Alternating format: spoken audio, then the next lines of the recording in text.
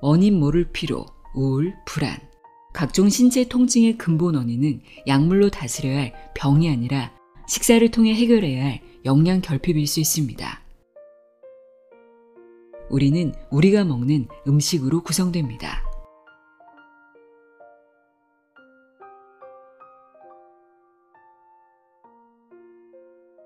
안녕하세요. 나의 소리책갈피 소리내어 읽다입니다.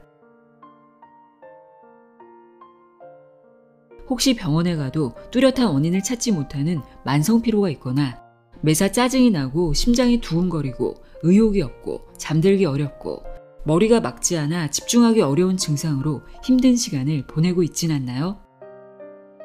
이유 없이 아프다고 느끼지만 명쾌한 해결책을 찾지 못해 답답하셨다면 오늘 이 책에 주목해 주시기 바랍니다. 일본 최초의 영양요법 전문의인 미조구치 도루 박사의 이유 없이 아프다면 식사 때문입니다입니다. 이 책은 우리가 겪는 수많은 불편한 증상들의 근본 원인이 다름 아닌 매일의 식사, 특히 영양 부족에 있을 수 있다고 지적합니다. 저자는 우리가 흔히 자율신경 실조증이나 스트레스 탓으로 돌리는 많은 증상들이 사실은 우리 몸을 구성하고 작동시키는 필수 영양소, 특히 단백질, 철분, 비타민 B군 등의 만성적인 결핍에서 비롯된다고 주장합니다. 이런 영양소들이 부족하면 자율신경계가 균형을 잃고 오작동할 수밖에 없다고 하는데요. 또한 혈당을 급격하게 올리는 정제 탄수화물 위주의 식사는 혈당 스파이크와 저혈당을 반복하게 만들어 자율신경을 더욱 불안정하게 만든다고 경고합니다. 이 책에는 부족한 영양소를 어떤 음식을 통해 효과적으로 보충할 수 있는지, 올바른 영양소를 섭취하면 우리 몸이 어떻게 달라질 수 있는지 자세하게 설명하고 있는데요. 그럼 지금부터 올바른 식사법으로 자율신경 불균형을 개선하려면 어떻게 해야 하는지 알아보도록 하겠습니다. 이유 없이 아프다면 식사 때문입니다. 내용의 일부를 읽어드립니다. 귀 기울여 들어보세요.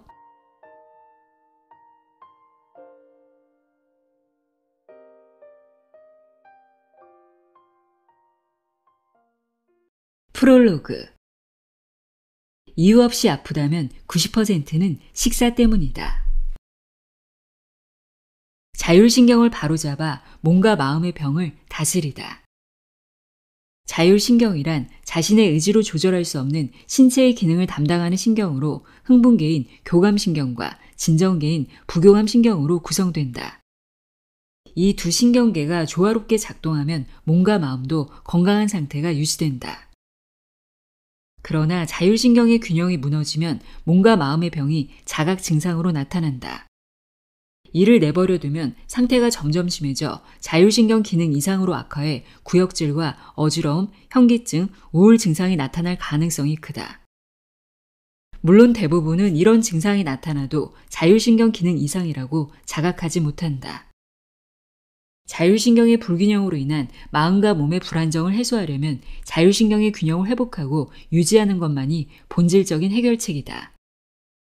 자율신경이 정돈되면 불안할 때도 가슴이 두근거리거나 몸이 저리는 듯한 신체 증상을 동반하지 않게 되어 스스로 조절할 수 없는 상태가 거의 해소된다. 그렇다면 어떻게 해야 자율신경의 균형을 맞출 수 있을까? 병명 없는 증상의 90%는 식사로 나을 수 있다. 자율신경을 안정시키는 방법은 다양하다. 실제로 자율신경을 다스리는 방법으로 자주 소개되는 것으로는 휴식 취하기, 욕조에 몸 담그기, 잠자기, 편안한 음악 듣기 등이 있다. 자율신경이 불안정한 경우는 대부분 흥분계인 교감신경이 활발한 상태이므로 진정계인 부교감신경을 자극하자는 주장이다. 그러나 이런 방법들은 근본적인 해결이 될 수 없다.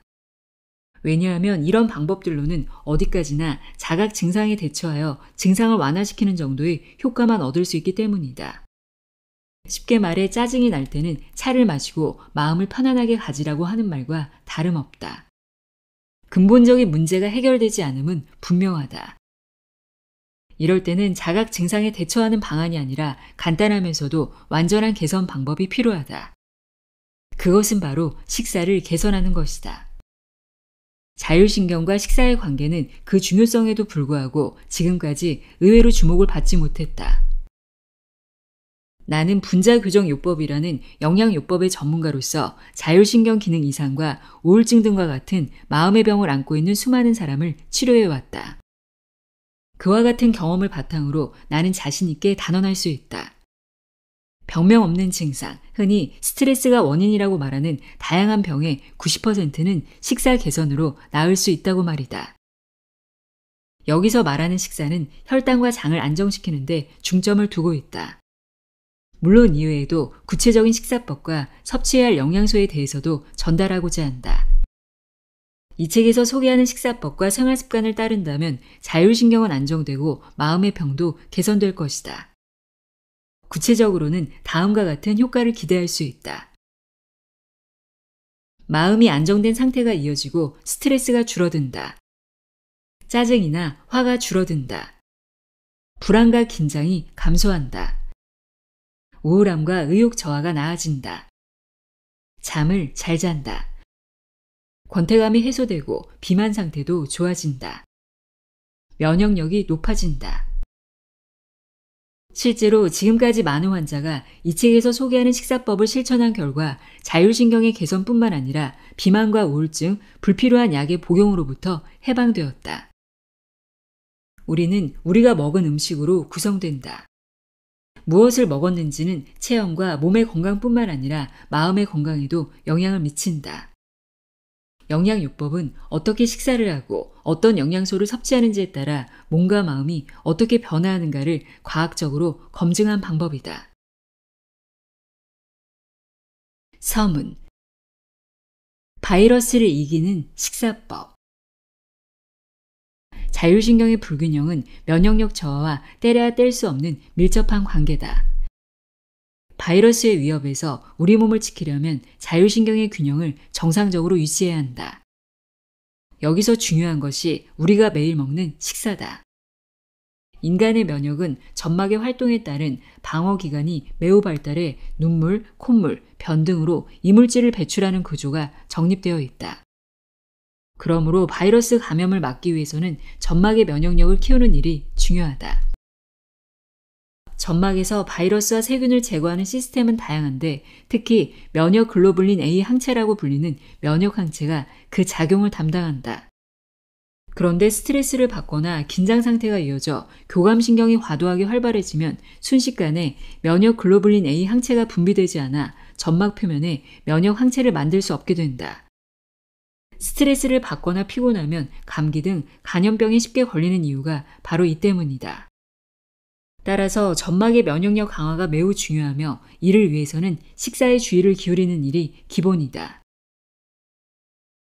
면역력을 키우는 비타민 D를 섭취하자. 면역력을 키우기 위한 방법으로 우선 권장하는 것은 비타민 D를 충분히 섭취하는 것이다. 햇볕을 쬐 때 우리 몸에서는 비타민 D가 생성된다. 그런데 겨울에는 일조 시간이 짧고 실내에서 보내는 시간도 늘어난다. 이렇게 되면 햇볕에 의해 생성되는 비타민 D의 혈중 농도는 당연히 내려가고 이는 겨울철 우울증이나 감기, 인플루엔자 등의 원인이 된다. 실제로 바이러스에 감염되어 중증으로 번지는 사람과 그렇지 않은 사람 사이의 차이 중 하나로 비타민 D의 혈중 농도가 관계있다는 사실이 이미 보고되었다. 또 PCR 검사에서 음성 반응을 보이는 사람 역시 비타민 D의 혈중 농도가 높다는 보고가 있다. 그러므로 비타민 D의 혈중 농도를 유지하는 일이 매우 중요하다. 비타민 D의 혈중 농도를 늘리는 가장 쉬운 방법은 오전 중에 밖으로 나가 햇볕을 쬐고 동시에 식사를 통해 적극적으로 섭취하는 것이다. 생선 내장에는 비타민 D가 포함되어 있기 때문에 생선을 내장째로 먹으면 식사를 통한 비타민 D의 섭취가 가능하다. 그뿐만 아니라 생선 내장에 포함된 기름에는 면역력을 높여주는 다른 영양소도 다양하다. 비타민 D 섭취를 위해 내장째로 가장 쉽게 먹을 수 있는 생선은 뱅어포다. 뱅어포는 계란말이나 낫또에 넣어 먹어도 좋고 나물무침에 뿌려 먹어도 좋다. 또는 마트에 파는 알이 꽉 찬 열빙어 등도 비타민 D 섭취에 효과가 있다. 장과 부신의 균형을 잡자. 영양소를 제대로 흡수하기 위해서는 장의 활동을 정상적으로 유지하는 일도 중요하다. 장은 제2의 뇌라고 불리는 기관으로 자율신경에 큰 영향을 미친다. 또한 장내 환경의 악화는 면역력의 저하로 이어질 우려가 있으므로 충분한 관리가 필요하다. 면역력을 유지하기 위해서는 자율신경의 균형에 신경을 쓰는 생활도 중요하다. 자율신경의 균형을 맞추는 데는 부신이라는 장기의 활동이 중요하다. 부신은 체내 환경을 일정하게 유지하는 역할을 하는데 하루 중 활동이 활발한 시간대와 활동이 줄어 쉬는 시간대가 명확하게 나뉜다. 부신이 가장 활성화되는 때는 오전 중 이른 시간대이며 정오가 지나면 급격하게 활동력이 떨어져 오후 4시쯤에는 거의 최저 수준에 이른다. 따라서 오후 4시가 지나면 스트레스를 받지 않도록 하는 편이 몸에는 좋다. 인간의 몸은 원래 해가 뜨면 활동을 시작하고 저녁에는 활동을 멈추는 리듬으로 짜여 있다. 이러한 맥락에서 아침에 일을 시작하고 저녁에는 끝내는 생활이 이치에 맞다. 바이러스를 이기기 위한 습관. 운동은 당질의 과잉 섭취를 막는다는 의미에서도 중요하다. 하루에 몇십 분만이라도 좋으니 근력 운동이나 걷기 등을 하는 시간을 정해진 일과에 넣는 것이 좋다. 특히 걷기는 앞에서도 언급한 비타민 D의 혈중 농도를 올리는 효과까지 기대할 수 있는 활동이다. 특히 오전 중에 비치는 햇볕을 쬐면 좋다. 이는 비타민 D의 혈중 농도를 높여줄 뿐만 아니라 수면 리듬을 만드는 멜라토닌이라는 호르몬을 분비시키는 데도 도움이 된다. 자율신경은 뇌를 거치지 않고 활동한다. 교감신경과 부교감신경 사이의 전환은 기본적으로 자율신경이 뇌를 통하지 않고 저절로 수행한다.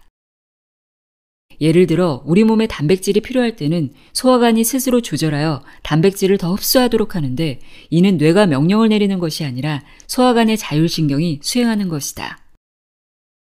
이미 충분히 영양분을 섭취했을 경우 더 이상 몸으로 영양분이 흡수되지 않도록 하는 것도 뇌가 아니라 장의 자율신경이 판단하여 흡수력을 떨어뜨린다. 긴장하면 설사를 하거나 변비에 걸리는 사람이 있다. 얼핏 보면 원인이 전혀 다른 증상처럼 보이는데 스트레스가 장의 자율신경에 영향을 미쳐 설사나 변비를 일으킨다는 점에서 그 원리가 같다. 원래 스트레스는 뇌의 대뇌피질에서 감지하고 시상하부에 영향을 주어 신체 각 부위에 이상을 일으키는데 한번 특정 부위에 스트레스 경로가 생기면 대뇌와 관계없이 그 부분의 자율신경이 반응한다. 장의 연동운동은 자율신경에 의해 발생하므로 스트레스의 영향을 받으면 바로 설사를 하거나 변비에 걸리는 것이다. 최근 과민성 대장증후군에 걸리는 환자가 많은데 이 질환은 바로 자율신경의 과잉 반응 때문에 생긴다. 이렇게 소화 과정에서는 고도의 판단을 자율신경이 조절하고 있어 음식과의 관계가 밀접하게 작용한다. 또한 면역도 자율신경의 작용 중 하나다. 자율신경은 몸의 해로운 물질은 제거하고 이로운 물질만을 흡수하려고 한다. 만약 인체에 유해 물질이 들어오면 이에 대한 방어 반응을 보인다. 이러한 면역작용은 곧 자율신경의 작용이다. 그러므로 자율신경 기능 이상이 생기면 면역 불균형도 발생하기 쉽다. 자율신경의 균형은 왜 깨지는 걸까? 의외로 많이 알려지지 않은 원인, 식사의 불균형. 그렇다면 자율신경은 왜 불안정해지는 걸까? 앞서 설명한 대로 일반적으로 스트레스를 받으면 자율신경의 균형이 깨진다고 한다. 대표적인 스트레스는 다음과 같다. 1. 장시간 노동, 잔업 등에 의한 과도한 스트레스. 2. 생활 리듬의 불균형. 3. 환경의 변화. 4. 호르몬의 불균형. 이러한 스트레스가 자율신경의 불균형을 초래한다는 사실은 일반적으로 맞는 말이다. 여기에 나는 하나를 더 추가하고자 한다. 바로 식사의 불균형이다. 지금부터 자세히 설명하겠지만 골고루 먹지 않거나 식생활에 문제가 있으면 자율신경의 균형이 무너지고 마음의 불안과 병을 얻기 쉽다. 실제로 자율신경의 균형이 무너져 클리닉을 방문하는 사람들 중에 식사가 문제인 경우가 적지 않다. 이는 당연히 자율신경 기능 이상으로 발전하기 쉽다. 자율신경 불균형의 원인이 되는 식사의 유형을 간단히 정리하자면 다음의 3가지로 요약할 수 있다. 1. 당질 중심의 식사. 2. 장내 환경을 망치는 식사. 3. 영양소가 부족한 식사. 이 3가지 원인이 충족되면 인간의 자율신경은 불안정해지고 다양한 병이 생기기 쉽다. 이를 바꿔 말하면 자율신경의 균형이 무너진 사람은 식사를 개선함으로써 자율신경도 안정되고 마음의 병도 나을 수 있다는 말이다. 혈당치를 안정시키면 살이 빠지고 마음이 편안해진다. 쉽게 피로하고 불안한 이유는 당질 때문이다. 당질이 자율신경의 균형을 깨트리는 메커니즘. 단 것이 먹고 싶어지거나 단 것을 먹으면 마음이 차분해지는 사람은 혈당치의 변동이 크게 안정되지 않은 상태다. 저혈당증이라고 하면 혈당치가 낮은 병처럼 생각하기 쉬운데 실제로는 혈당치의 변동이 큰 혈당 조절 장애를 가리킨다. 이런 사람의 경우 혈당치가 급격하게 떨어지면 증상이 나타나기 때문에 반대로 혈당치가 올라가면 안정을 되찾는 것이다. 저혈당 상태가 아니더라도 초콜릿, 과자, 탄수화물 등을 수시로 먹으면서 혈당치의 균형을 맞추는 사람이 많다. 이것이 곧 자율신경이 불안정하다라는 뜻은 아니지만 이러한 식습관은 자율신경의 균형이 깨지기 시작할 때 자주 나타나는 증상이다. 실제로도 자율신경 기능 이상 환자에게는 당질을 선호하는 경향이 나타난다. 이 당질 섭취야말로 더욱더 자율신경을 망치는 원인 중 하나다. 당질이 자율신경을 깨트리는 메커니즘은 다음과 같다. 당질을 섭취하면 혈당치가 올라가고 인슐린이 분비되어 혈당치가 내려간다. 혈당치가 지나치게 내려가면 위험하므로 뇌내 호르몬이 혈당치를 높인다. 과도하게 뇌내 호르몬이 분비되어 자율신경의 균형이 깨진다.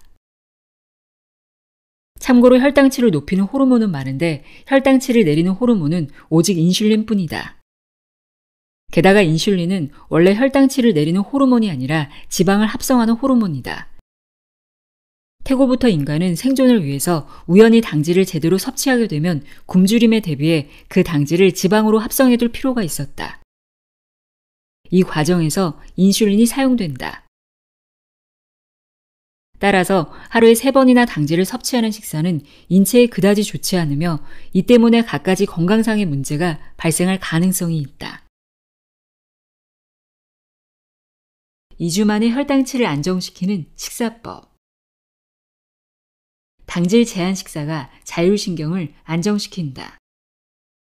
혈당치의 안정이야말로 자율신경의 균형을 맞추는 가장 중요한 방식이다. 혈당치의 급격한 상승과 저하가 반복되는 상태는 정신의 불안정, 즉 자율신경의 불균형으로 그대로 이어지기 때문이다. 그렇다면 혈당치를 안정시키는 식사란 무엇일까? 가장 손쉬운 방법은 당질 제한이다. 에너지원의 3대 영양소인 단백질, 당질, 지질 중에서 당질을 제한하거나 섭취량을 조절하는 것이다. 흰쌀과 빵, 면류 등의 당질을 제한하는 식생활을 우선 2주 정도 지속하면 혈당치는 안정된다. 당질 제한을 하면 혈당치가 극단적으로 올라가거나 내려가지 않는다. 이로 인해 혈당치가 안정된 상태가 되어 불필요하게 호르몬이 지속해서 분비될 우려도 사라진다. 당질이 많은 식사는 자율신경의 균형을 무너뜨리는 원인이 될 뿐만 아니라 비만이나 당뇨병, 우울증으로도 이어진다. 당질 제한으로 얻을 수 있는 엄청난 장점들. 당질을 제한하면 많은 장점이 따라온다. 자율신경의 균형을 잡을 수 있다. 식후 졸음이 사라진다. 살이 빠진다. 집중력이 높아진다. 급격한 노화가 발생하지 않는다. 당뇨병과 우울증 등의 위험성이 낮아진다. 이렇게 당질 제한 식사를 하면 다방면에 걸쳐 좋은 일만 생긴다. 당질 대신 섭취해야 할 식사. 탄수화물 등을 절제하면 갑자기 식생활이 변하게 된다. 이렇게 말하면 무엇을 먹어야 좋을지, 먹을 수 있는 음식이 줄어드는 것은 아닐지 걱정할지도 모르겠다. 그러나 절대 걱정할 필요가 없다. 당질 대신 섭취할 영양소는 단백질이다. 앞서도 설명했듯이 현대인이 의식하지 않고 평소 먹던 대로 식사를 하면 탄수화물 섭취가 많은 식생활을 하게 된다. 사실 인류사를 살펴보면 인류 출현 이후 대부분의 기간 동안 인간은 단백질과 지질 중심의 식생활을 했음을 알 수 있다. 인간이 지구상에 나타난 것은 약 400만 년 전이라고 한다. 당시 인간은 사슴이나 멧돼지 등을 사냥하고 바다에서 물고기를 잡아먹었다. 물론 나무 열매 등도 따서 먹었지만 이는 어디까지나 매우 적은 양으로 주식은 수렵을 통해 얻은 고기와 물고기였다. 이 생활은 농경이 시작되기 전까지 내내 이어졌다.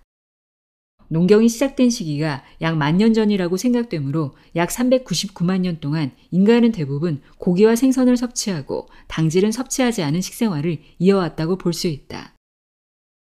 바꿔 말하면 오늘날 현대인은 단백질 섭취가 부족하다. 당질은 섭취하지 않아도 되지만 단백질은 섭취해야 한다. 쉽게 말하면 육류와 생선을 많이 먹어야 한다. 단백질은 동물성과 식물성 중 무엇이 좋을까? 동물성 단백질에는 닭고기, 돼지고기, 소고기, 생선과 굴 등의 어패류, 달걀, 치즈 등의 유제품이 있다. 식물성 단백질에는 대두, 푸콩 등의 콩류, 호두 등의 견과류가 있다.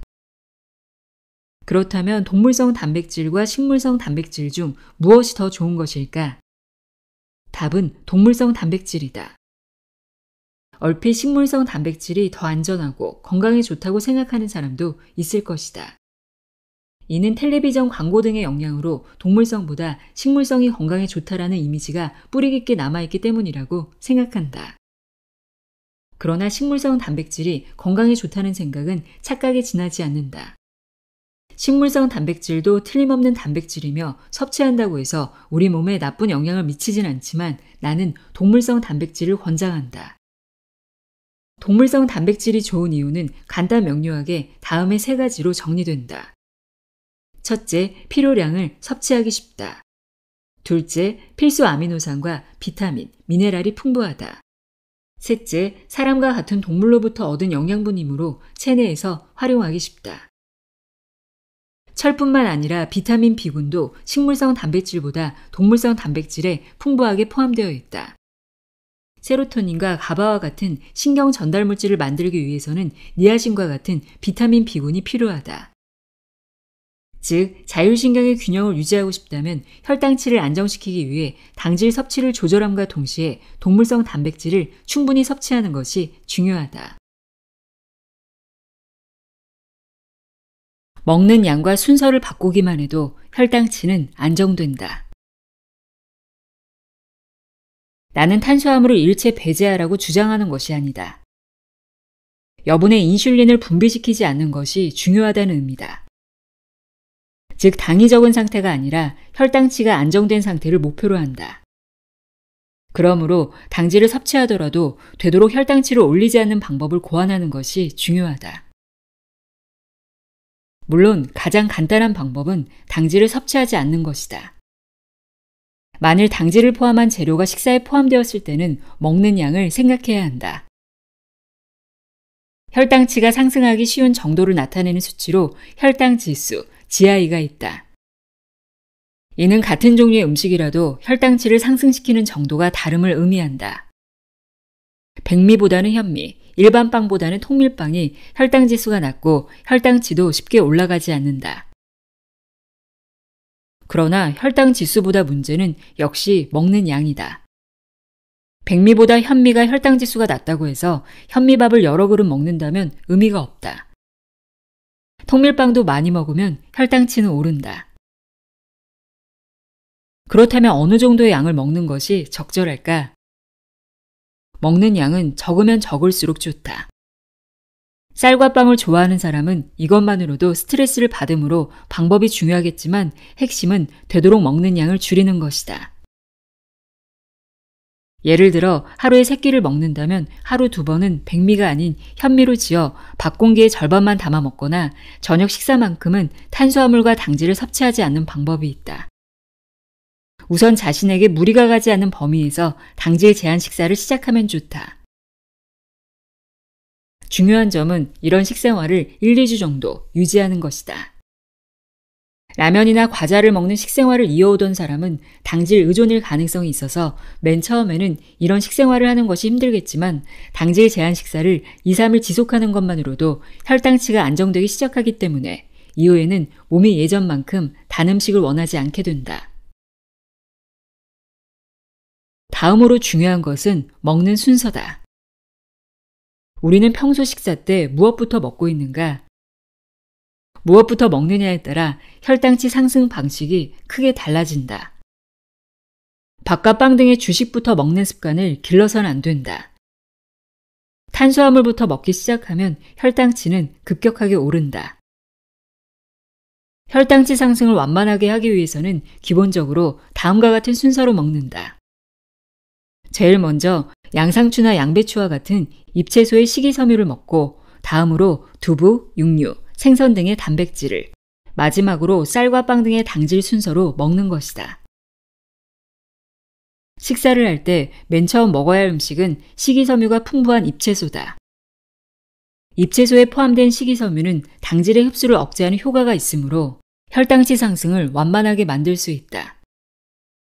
또 단백질은 혈당치에 영향을 주지 않을 뿐만 아니라 단백질 섭취 후 탄수화물을 먹으면 갑자기 탄수화물만 먹었을 때보다 혈당치 상승이 완만해진다는 사실이 밝혀졌다.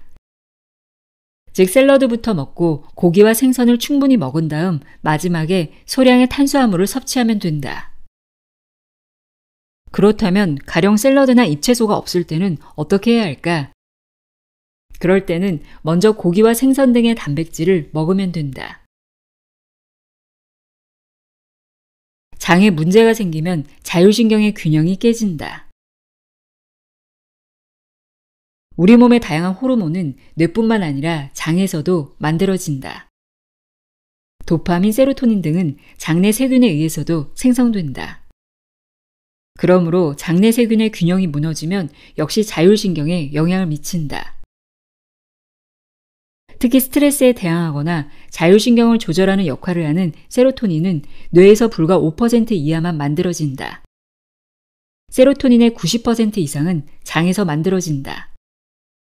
뇌에서 만들어진 세로토닌은 원칙적으로 뇌내에서 조절되고 스트레스에 대항하거나 수면 리듬을 만드는 멜라토닌의 재료가 되기도 한다. 한편 장에서는 스트레스를 받으면 세로토닌이 합성되는데 이로 인해 장의 연동운동이 매우 활발해진다. 그렇게 되면 먹은 음식이 다 소화되지 않고 설사로 자꾸 배출되려는 움직임을 보인다. 조금만 긴장해도 바로 설사를 하는 과민성 대장 증후군 환자는 이 작용으로 증상이 나타난다. 이는 스트레스에 대항하기 위한 세로토닌의 작용 때문으로 더 이상 스트레스를 받거나 독소 등이 들어오지 않도록 가능한 한 빨리 장의 내용물을 내보내려는 방어 반응이다. 또 스트레스에 대항하는 호르몬으로 코르티솔이라는 물질이 있다. 스트레스를 받았을 때 부신에서 분비되는 호르몬이다. 장내세균이 없는 무균 상태의 쥐와 정상적인 장내세균을 지닌 쥐에게 동일한 스트레스를 준 결과 장내세균이 없는 쥐는 정상적인 장내세균을 가진 쥐의 2배 이상이나 되는 양의 코르티솔이 분비되었다. 반대로 말하면 정상적인 장내세균이 있는 쥐는 그만큼 스트레스에 대항하는 힘이 강해 몸의 반응이 적게 나타난다. 장내세균의 원인이 되는 장누수 증후군. 최근 장누수 증후군이라는 질환이 주목받고 있다. 장누수란 말 그대로 장이 새는 질환으로 우리말로 옮기면 새는 장 증후군 정도가 되겠다. 장벽은 그물코 모양으로 그물코가 촘촘하게 짜인 모양이 건강한 상태다. 장누수 증후군은 장벽의 그물코가 성기고 넓어진 상태를 가리킨다. 조금 더 자세히 설명하자면 원래 장뿐만 아니라 인체의 소화관은 하나의 관으로 음식이 들어오면 되도록 작은 분자로 쪼개어 흡수시킨다. 이 분자의 크기가 크면 알레르기 등 다양한 문제를 일으키므로 단백질의 경우 기본적으로는 아미노산으로 분해해서 흡수를 진행한다. 당질의 경우 한꺼번에 흡수해서 혈당치가 급격하게 높아지는 것을 방지하기 위해 천천히 몸에 흡수시켜 혈당 스파이크를 만들지 않도록 한다. 장벽이 느슨해지면 자율신경은 불안정해지기 쉽다. 인체에는 처음부터 이러한 구조가 갖춰져 있는데 이 조절이 제대로 되지 않는 것이 장누수 증후군이다. 장이라는 바구니의 연결 상태가 헐거워지는 질환이라고 생각하면 된다. 정상적인 장이라면 장 점막의 그물코 형태가 촘촘하므로 커다란 물질을 통과시키지 않는 데다 흡수도 천천히 이루어진다. 스포츠 음료 등에는 빠른 흡수를 강조하는 상품이 있어서 흡수가 빨라야 좋다고 생각하는 사람도 많은데 이는 잘못된 생각이다. 본래 우리 몸에서 흡수는 천천히 이루어져야 바람직하다. 그런데 장누수 증후군에 걸리면 본래 들어와서는 안 되는 커다란 물질들이 빠르게 흡수된다. 즉 단백질이 분해되지 않은 채 몸에 들어와 알레르기 등의 원인이 된다. 또 그렇게 되면 정작 필요한 아미노산은 흡수되지 않는다. 장점막의 그물코가 헐거워지면 당질도 급속하게 흡수되기 때문에 혈당 스파이크가 일어나기 쉽다. 그러면 혈당치를 내리기 위해 인슐린이 급속하게 분비되고 아드레날린과 같은 신경 전달 물질을 내보내어 자율신경을 불안정하게 만드는 원인이 된다. 결국 장누수 증후군은 장벽의 울타리가 파괴되는 질환이다. 장벽의 그물코 형태를 정상적으로 유지하기 위해서는 장벽을 튼튼하게 만드는 것이 중요하다. 그렇다면 장누수 증후군은 왜 발생할까? 주요 원인은 다음과 같다. 글루타민, 비타민 A, D, 비군 등의 영양 결핍, 당질의 과잉 섭취, 과도한 음주, 항생물질의 잦은 사용. 장벽의 그물코를 성기게 만드는 원인에는 몇 가지가 있는데 그 중에서도 문제는 불균형한 식생활이다. 당질의 과도한 섭취, 심한 다이어트나 편식 등에 의한 영양 부족, 과음 등으로 식생활의 균형이 깨지면 장누수 증후군이 되기 쉽다. 특히 술을 많이 마시는 사람은 주의가 필요하다. 알코올은 장벽뿐만 아니라 혈관벽의 투과성을 높여 평소라면 통과하지 못하는 물질이 쉽게 드나들 수 있게 된다. 상상하기 쉽게 이야기하자면 술을 마신 다음날 몸이 붓는 경우가 있는데 이는 알코올에 의해 혈관이 팽창하여 투과성이 항진함으로써 혈관 내 벽에서 수분이 빠져나가는 것이 한 원인이다. 이와 마찬가지로 알코올은 장벽을 새기 쉽게 만든다. 알코올의 투각성 항진으로 장내 울타리의 그물코가 넓어져 장 점막이 무너지면 세균과 알레르기의 원인이 되는 항원 등이 침투하여 염증 등의 다양한 증상이 나타난다. 장벽을 튼튼하게 만들기 위해서는 장에 좋지 않은 환경을 개선하고 장내 세균의 균형을 정상적으로 유지하는 일이 중요하다. 따라서 과도한 알코올 섭취는 피해야 한다. 또 글루타민, 비타민 A, 비타민 D 등 필요한 영양소를 충분히 섭취하는 것도 중요하다.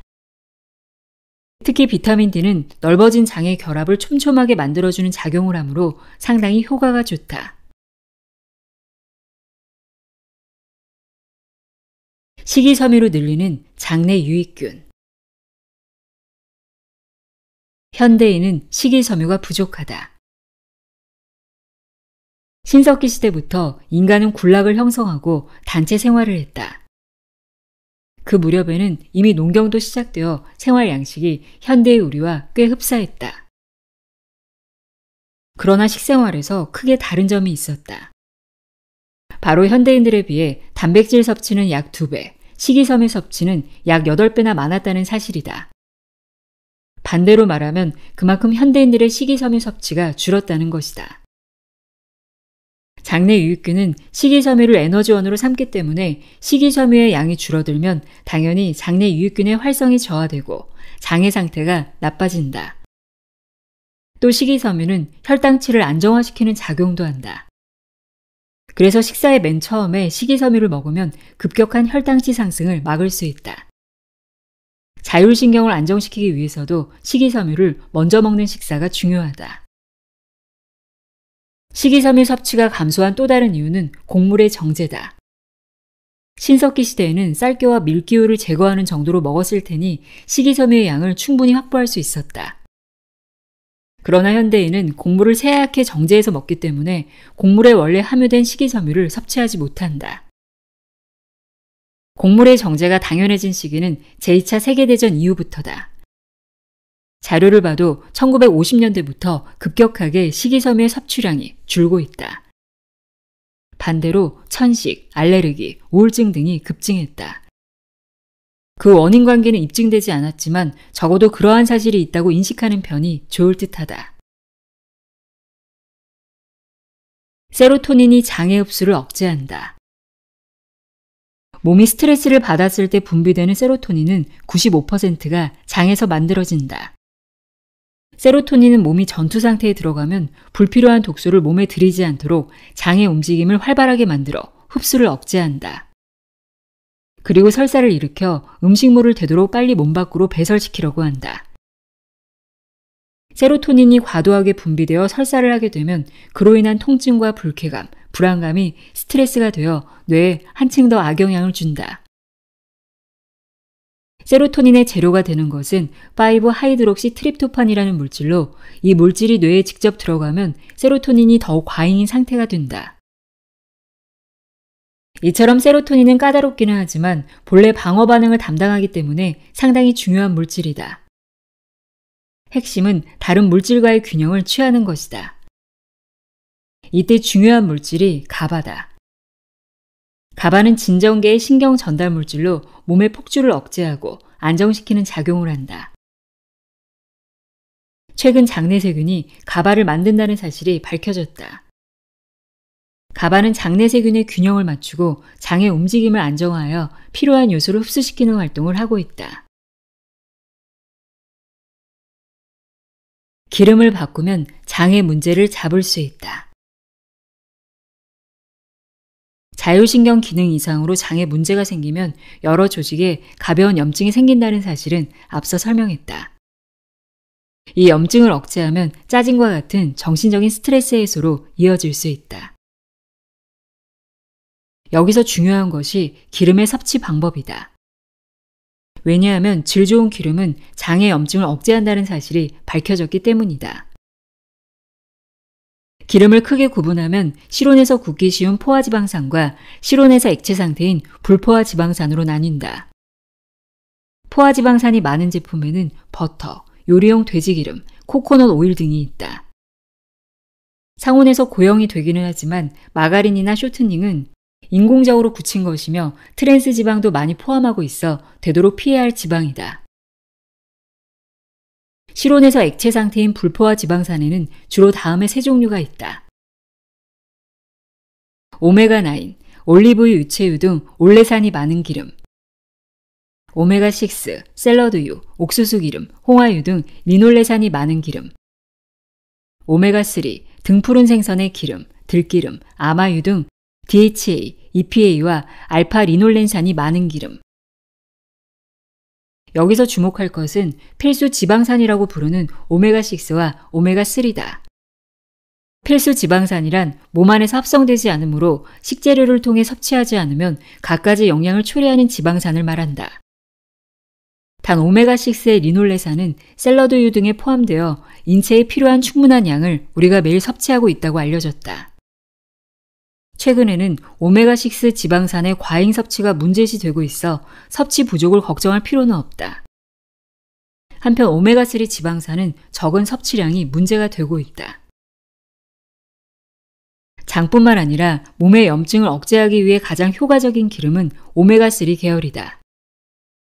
오메가3의 필수 지방산은 많은 장점이 있다.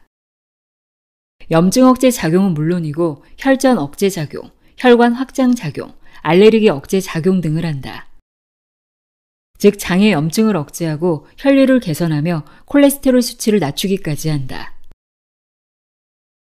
샐러드유와 옥수수 기름 등에 많이 포함된 오메가6 계열은 필수 지방산이기는 하지만 오메가3 계열과는 반대로 염증 촉진 작용을 한다. 따라서 자율신경이 불안정한 사람, 자율신경의 균형을 맞추고 싶은 사람은 오메가6 계열 기름의 사용을 반드시 피하는 편이 좋다.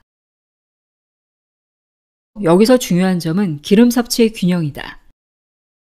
절대 섭취해서는 안 된다는 의미가 아니므로 샐러드유는 절대 사용하지 않겠다처럼 지나치게 민감해질 필요는 없다.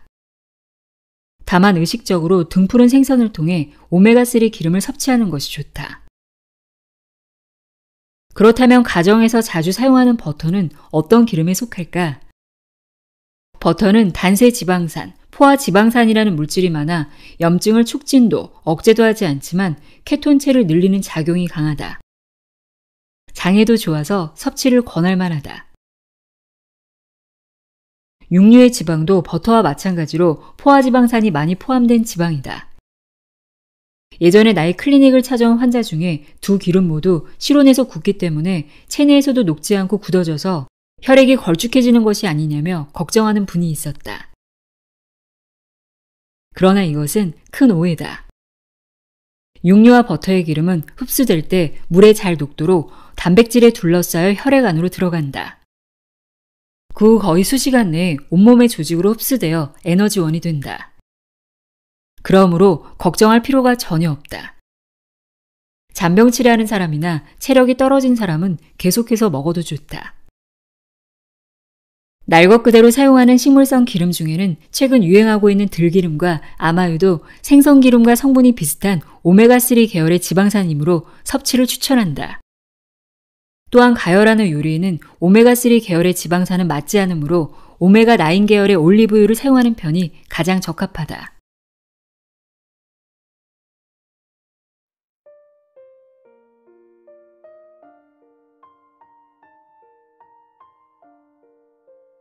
이유 없이 아프다면 식사 때문입니다. 읽어드렸습니다. 지금 몸과 마음 어딘가가 불편하다면 우선 내가 매일 먹는 음식들이 무엇인지, 어떤 음식들을 즐겨 먹고 있는지 한번 돌아보시길 바랍니다. 오늘 전해드린 내용이 올바른 식사를 통해 몸의 균형을 되찾고 활기찬 일상을 되찾는 데 도움이 되었으면 하는 바람입니다.